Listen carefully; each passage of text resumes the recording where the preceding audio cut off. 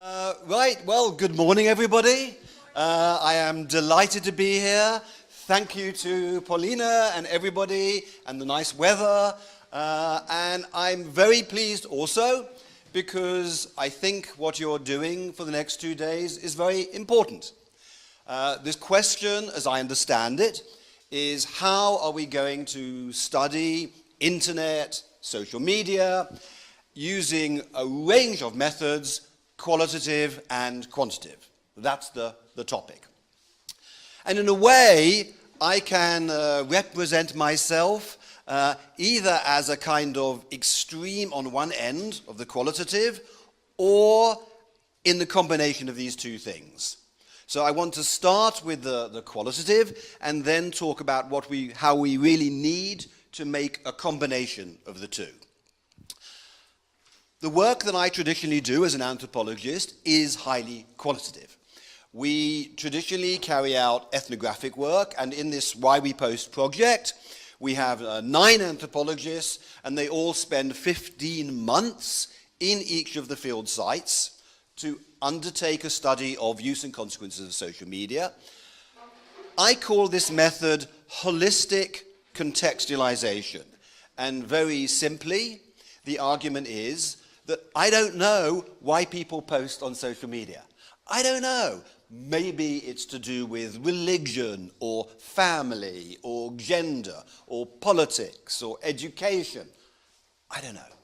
So it seems to us reasonable that we try and study everything about people in order to try and get a sense of which of these things is important for which way.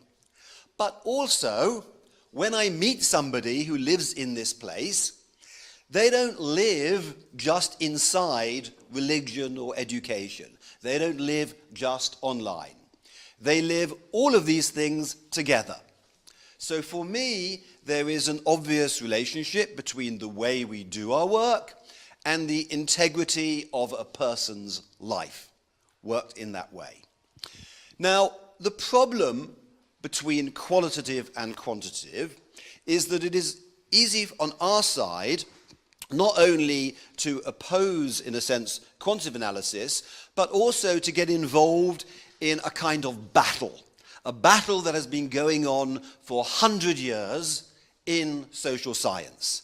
Because I think we know it's not just a question of do you count things or do you not count things. There are much wider issues that go down to things like epistemology. What is actual genuine knowledge about what is out there in the world? So it's not just that I am bad because I don't count. I am bad because I have no hypothesis. I am evil because I have no sample. And nothing I do has any merit or value at all, right? From people who want to see things done in the form of the natural science. But I would argue that in my work, it's impossible for me to have a hypothesis because I don't know what I'm going to find in the field. And the most interesting things are what I discover that I didn't know was going to be there. So I can't have a hypothesis about something I don't know exists. And equally, some people I know better, some people I know less well. I don't know what this kind of sample would be. So I could be just one extreme. But I don't want to do that because I think that this argument really doesn't help anybody. Actually, our task is just to understand the internet and why people post. And we should use every method that is available, and we should come together in collaboration between these different ways of doing things.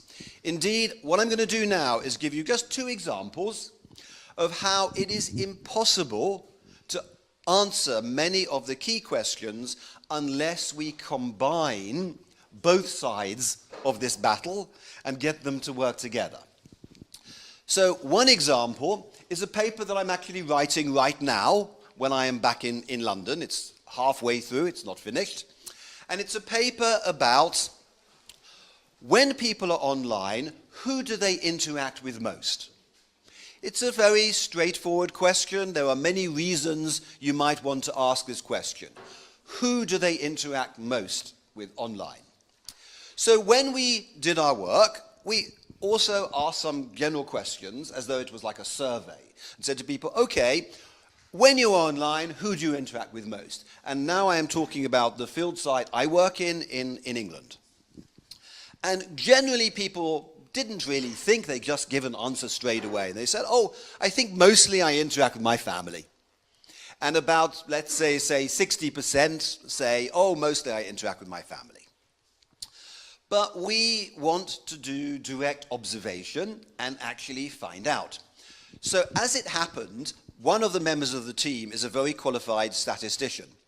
Sriram Venkatraman, he worked as a statistician for Walmart for 7 years, and he almost finished a PhD in statistics before he decided it was not giving him the answers he wanted, and he retrained as an anthropologist and then came to work with me. But he has skills on both sides. So, what he did is he said, okay, because we are qualitative workers, we have the trust of the people we work with and permission to analyze their online material. So the people we worked with, they allowed us to have direct access to, say, Facebook profiles. And he then used some software, which I do not understand at all, and he made a quantitative analysis. So he then gave me a chart of who is the most interactive person with each of my informants, who comes second, who comes third, all the way through to maybe sometimes 70, 100 different people. So I have them in order. So that is a quantitative analysis. But how does anybody know who these people are? He just tells me, John Smith is the person who interacts most with this person. Who's John Smith? Okay, I have no idea. So, from the quantitative analysis, the nice thing about being an ethnographer is we go back to the informants and say, hey, I have something really interesting to show you. This is a chart of who interacts with you most. And they say, wow, that's fascinating. So then I say, okay, number one is John Smith. Who is John Smith? And he says, oh, it's a person I went to school with. I didn't guess he would be the person I most interact with. So who is the next one? Oh, that is a person we used to go out and now we don't, but you know, we are still good friends. Who is the next person? Oh, this is a cousin, etc., etc. So from the qualitative, we can then examine who the people are. As it happens, when we did this, we find that actually the most interactions are definitely not with family. Family come relatively low. So it shows also that if you just ask people questions, they don't actually really know who they most interact with. They haven't really have a reason to think about it. They are just guessing it's likely to be family, even though actually it isn't.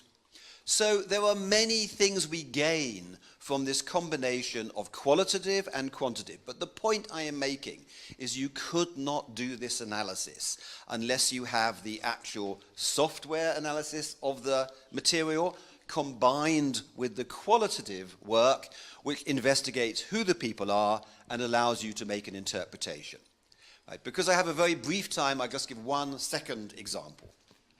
One of the great things about working with online material is it has an amazing amount of visual material. So for me, it would be crazy not to be doing a lot of work in analyzing visual material. So I have a book, me and Jelena, we have a book that came out very recently, and as you know, all our work is free and online, called Visualizing Facebook, in which we just do a comparison between two of our sites, one in England, one in Trinidad, only on this visual material. And how do you do this? So for us, it's the same issue. I don't know what things we're going to find when we look at these photographs, right? I just look at hundreds and thousands because most people have maybe nearly 1,000 photographs actually on their account these days. So if you look at 30 of those, you already have like 30,000 images that you can go through. And I just go through and I go through and I look to see what kind of patterns. So when I'm looking at young people, say, I find things that I could not have kind of made a category. It turns out when you put a phone in front of them at a party in England, these young people, they stick their tongue out, all right? Or they do something like that, okay? They put, I don't even know, they do a thing with fingers. I don't even know what is the right expression for this, okay? But the categories form through going through this material. And then, of course, you have to work out why. What are they doing? What does it mean? And then sometimes you see things like this, which like, why would you even post that, right? You can't, it's nothing. So the point is, although I am working with visual material online, I always have to interpret it with what I know about offline. So actually, I realized that if you go to a party, right, and you're 17 years old, you want to have a good party, right? So when the reason you take a lot of pictures mostly is not to put them even online. It's because when somebody points the camera at you, it's like, oh, you get more excited, you know? It's like you pull a face or you stick your tongue out.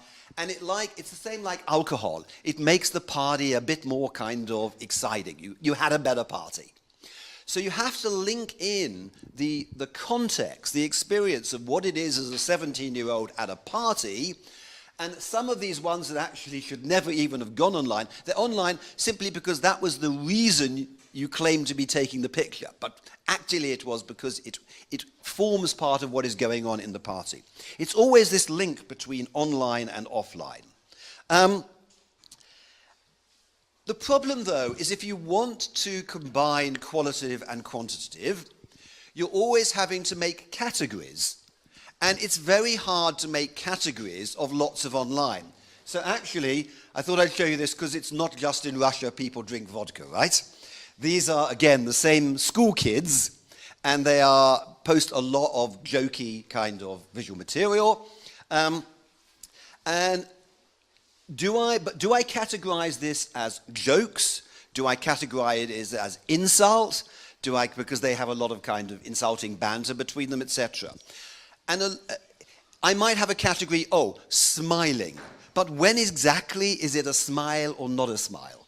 I'm constantly making qualitative judgments or trying to get people, asking people, would you call this a smile? Would you not call this a smile? One of our categories was trying to pose as though you were a model, okay? But it's like, when exactly is the boundary between posing as a model and not posing as a model is a qualitative judgment. Once you make your category, you can count. You can say, how many images do we have which are making jokes about vodka? And similarly, you can say, how many... It's not on Instagram, you can say easily, how many are trying to look good-looking images like this, okay? Or it's very simple of how many good-looking images with pets. But then it gets more complicated because, for example, here one of the arguments is, the more educated people, and this follows Bourdieu, if you read Bourdieu, the more educated people have an aesthetic in which they deliberately try and make something good-looking out of things that you would not think are good-looking, like sunburn. But again, how exactly do you kind of quantify? Where is the boundary between one kind of aesthetic and another kind of aesthetic? Similarly, we count a lot. I mean, one of the points I often make is that actually selfies amongst this group are not individualistic. I say 5 times as many are actually showing groups. Besties, best friend forever, this kind of thing, not individuals, against what people think about selfies. But even to know exactly, was this a selfie? I cannot see how they are taking the picture. Is it technically a selfie, is it not? Is difficult. In this, for example, it looks very similar, but I know that in one of the field sites, they will always post these kind of images based on the things they possess. They are showing you that now I possess all these things, expensive things, like an iPhone. In the other one, it's, oh, these are things I borrow. I don't possess them in order to take the photo. Completely different meanings from the same kind of image. Sometimes you can make big generalizations because you look at 1,000 or 2,000 images. So I know in my field site that women always will post with wine, not a particular kind of wine, just this thing called wine, and men will post with beer, pretty much always with beer. That men will always post food that is fattening, and women will have a very different attitude to food that is fattening. And gender works in particular ways. I would know that these are images of low income, just from looking at these. But it's very hard for me to describe something that I could make quantitative about what it is about the way they are posed, the way they dress, that tells me straight away what kind of income level these people would have. Similarly with the English using self-deprecating humor is very different from Trinidad, but hard to describe. But nevertheless, we do this. We have to make a book like this. So, and because we have hundreds and hundreds of images, at least what you can do is show lots of images. So I can say that in Trinidad, when people are posting online, they make a lot of effort in how they look and what they wear before they take the photograph, and the English people sort of don't, right? You can see the differences in hundreds and hundreds of images. Sometimes, again, easy. I can say that Trinidadians have bling or they have carnival. Sometimes hard. I know they have more extended families. Final example. One of the most interesting things I thought between this comparison between Trinidad and England is what happens when somebody becomes a mother. Okay? What happens online when somebody becomes a mother?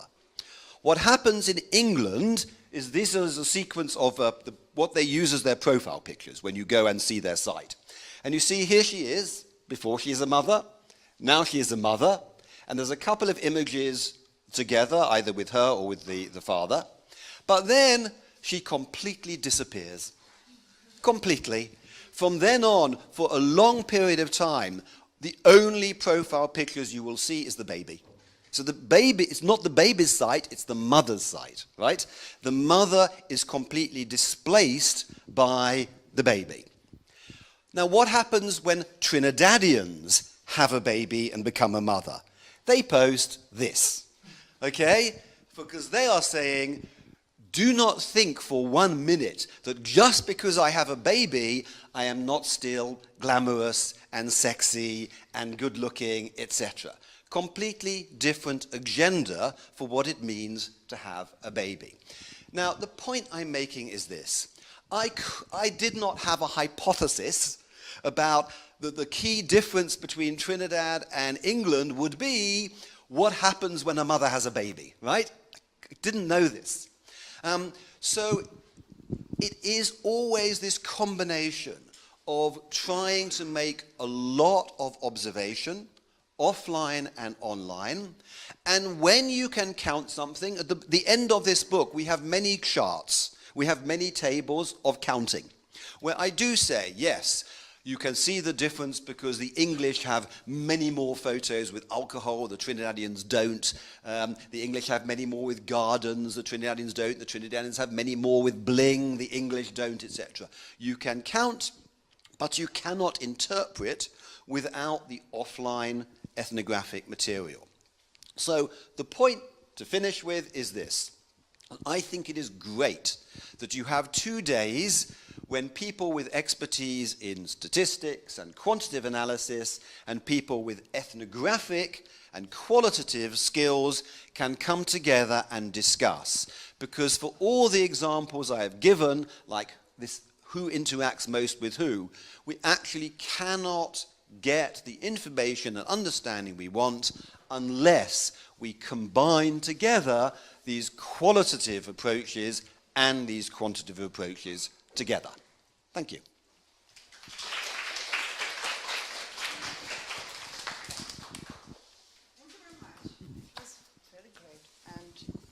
I realized that I have never seen these pictures together just in your book. Книги в Bible Post можно скачать бесплатно, потому что профессор Миллер и его коллеги сторонники бесплатного доступа к науке. Так что вот книга про визуализацию Facebook в том числе есть на сайте. А пока у нас есть несколько минут, чтобы вы, если хотите задать вопросы, то, пожалуйста, сделайте это. Лучше на английском, кстати, если это возможно.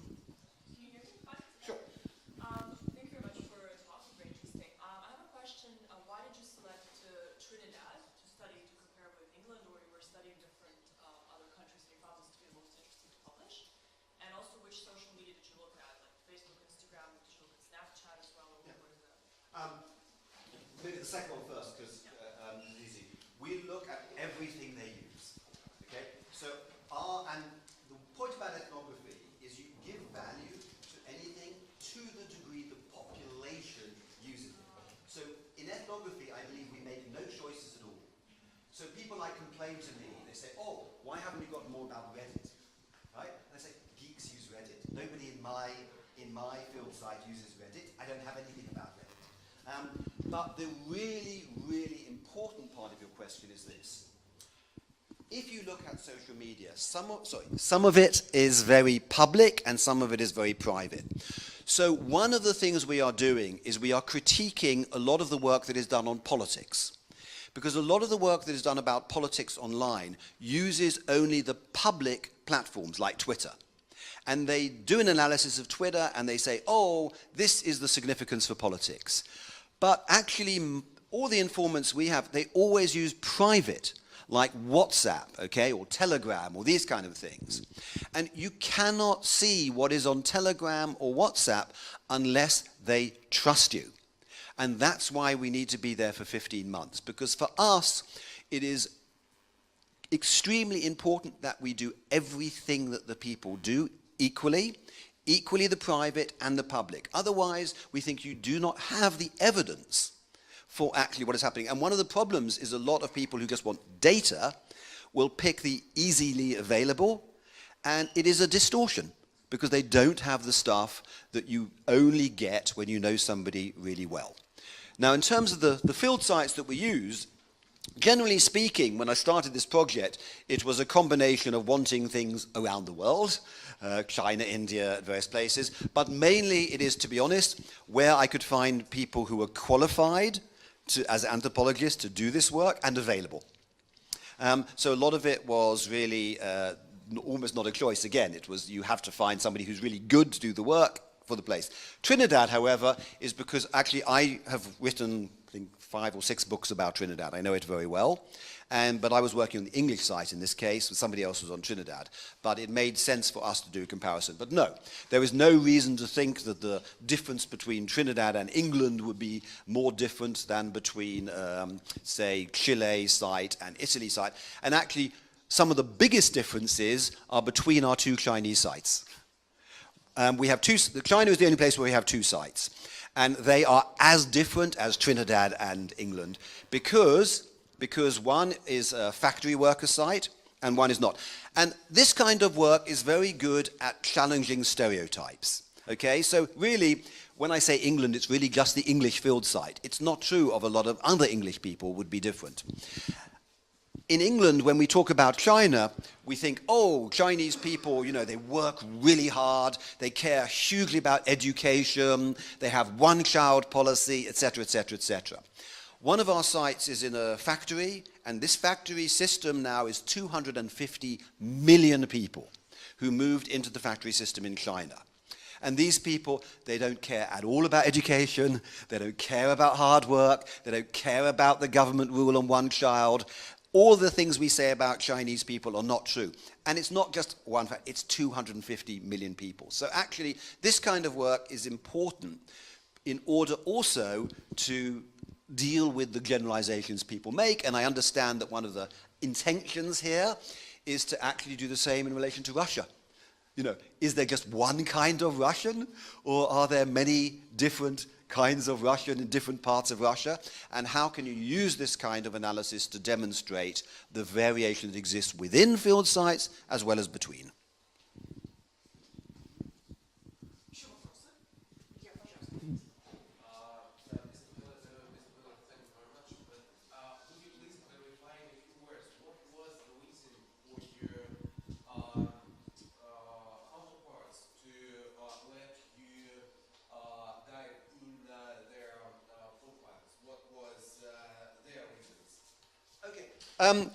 We are completely open when we do our field work. We come to people and we say, I am a university academic, I study anthropology, I am here to provide material for education. Because when people go to a university or a school, you want them to know what is really happening.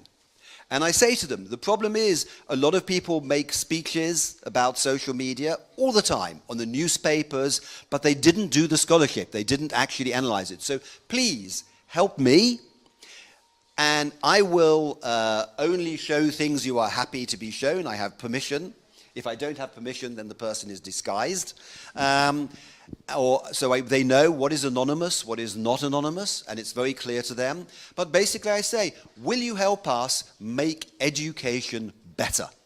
So that when we teach, we actually know what we are talking about. And to be honest, most people are very happy to do this once they know you for a long period of time.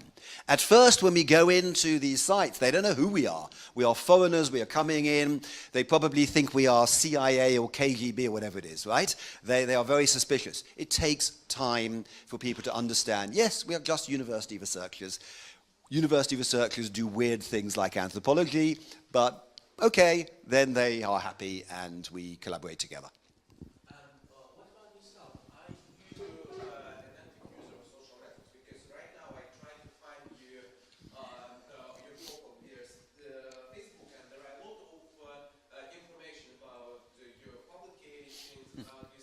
Okay. Go on Twitter. Twitter to me is a public social media. So my Twitter is completely open and anybody can see it. Facebook I really just use, I don't want to be different from most people, right? I like to be ordinary. So I am doing the same as most of my informants would do. If you go to almost anybody in England, you would find today that their Twitter is open, their Facebook is closed. So my Twitter is open, my Facebook is closed. Just the same as everybody else. I don't want to be special. But try Twitter, it's called Danny Anth. And you will find public social media.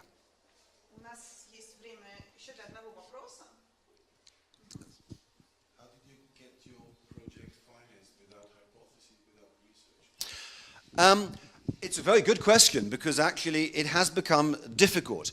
And I think that the English funding, for example, probably wouldn't have funded or is getting more difficult to get funding. My actual funding for this project and also now for a new project I'm going to start in October is from European Research Council. And I think the difference is this, that the difference is that in the European funding, it goes much more with the record of the person. Now, I have 39 books, okay? So they're looking at this and they're saying, okay, this person may not use the methods that we would normally expect, but not only do you have 39 books, but people seem to be reading them and they seem to be having an impact, and they will go then on my track record. In England, they do not really consider your previous record. They go only on the actual work, and when I say I do not know what I'm going to find, they say, oh, then that's a risk and we won't fund it. It's too risky. But the Europeans have this, there are many reasons why I hate Brexit, but one of them is we will lose our European funding, and the European funding is much more open than the English funding at the moment. I mean, you can still get money as an anthropologist in England, but it's often difficult. But I think the point now we have to make is this. We need to fight this. Because basically, we need to be the ones demonstrating. When we did this work, now everybody comes to us about social media. I mean, we are doing things in newspapers and magazines every week. So we need to point out, at the end of the day, when somebody wants to know what is going on social media, they are not going to the people who did statistical analysis. They're coming to us. Okay? So the Europeans were right. Actually, this is the stuff that gets respected as scholarship on social media. Not somebody who thinks they are a scientist and does an experiment with 20 US college kids and then says, this is Facebook behavior. Right? It doesn't work. But I don't want to make a battle. As I said, I would like to see people coming together and then trying to persuade the people who give the money that this is the best way to do the studies. But we do have to fight that. And we're together in this fight. This one over there. Давайте последний вопрос. А вообще профессор может быть потом еще застать вечером на вечеринке, и днем он тоже будет здесь на презентации исследований про регионы России как раз, и между секциями тоже, и в общем сможете его застать. Ну давайте последний вопрос сейчас. Do commercial research companies do something similar? I have made a kind of principle in my own work. I have never never done consultancy. I've never had anything to do with commercial companies. And we don't study, as you can see, the companies, because nobody in our field sites works for these companies. I am sure they do work. And certainly there are plenty of anthropologists who are now employed. But my impression is that they have a slightly misleading understanding of this thing called ethnography. Because I often get commerce asking me if I will work with them, and sometimes we have conversations about it, and I explain, we are going to work for 15 months, and then we are going to analyze for 15 months, and then we have a result. And they say, it's amazing, this is really, really interesting, but couldn't you do it in like 2 weeks? Or 2 months? And I don't think commerce will have the patience to do this. And yet, we were the first people to spot the trends. Because, for example, one of the things I did about Facebook no longer being popular amongst young people went completely viral. It went to maybe 500-600 newspapers. Because I was in the village, I can see this happening then. And they actually, even the journalists, were behind in terms of observing what's going on. So we are slow at one level in our scholarship, but we are actually there. We know what is happening. But I have never found a commercial firm that would be patient enough to allow us to work the way we work, and I will not compromise in ethnography. For me, an ethnography is long-term research, because if we compromise on the scholarship, then we lose our respect as scholars. And for me, that is more important than anything. So I will never reduce the amount of time this takes, because, and I understand other people may have to, they make compromises, etc. But at least we want to be the people that demonstrate that there are things you get from doing 15 months you cannot get any other way. There are no shortcuts that actually will provide the same results. It will provide results. You can do this, but it is not the same. So, no. I don't think they do this work.